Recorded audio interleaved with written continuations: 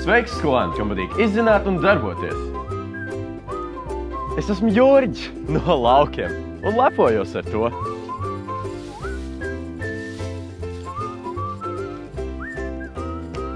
Aicinu tevi uzzināt, kas mūsdienās laukos notiek, un piedalīties radošajā konkursā Laiks laukiem, kur galvenā balva ir ekskursija visai klasē 500 eiro vērtībā.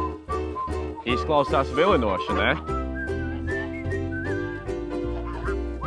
Lai piedalītos konkursā, tev būs vajadzīga kamera, piemēram tāda kā mobilajā telefonā, jāpaviesojas kādā lauka saimniecībā,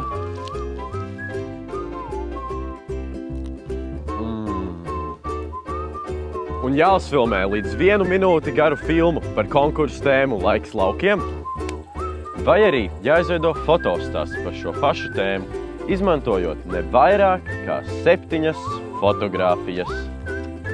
Tavs uzdevums ir izpētīt, kas notiek tevis atrastajā lauka saimniecībā, ražotnē, viesunamā, ogu audzētavā, aitu fermā vai jebkur citur. Un jāparāda tas interesantā veidā. Tas arī viss!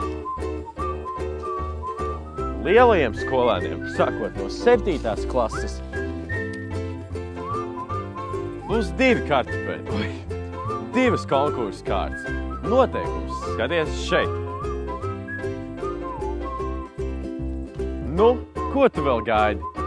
Ņem kameru un laiks laukiem!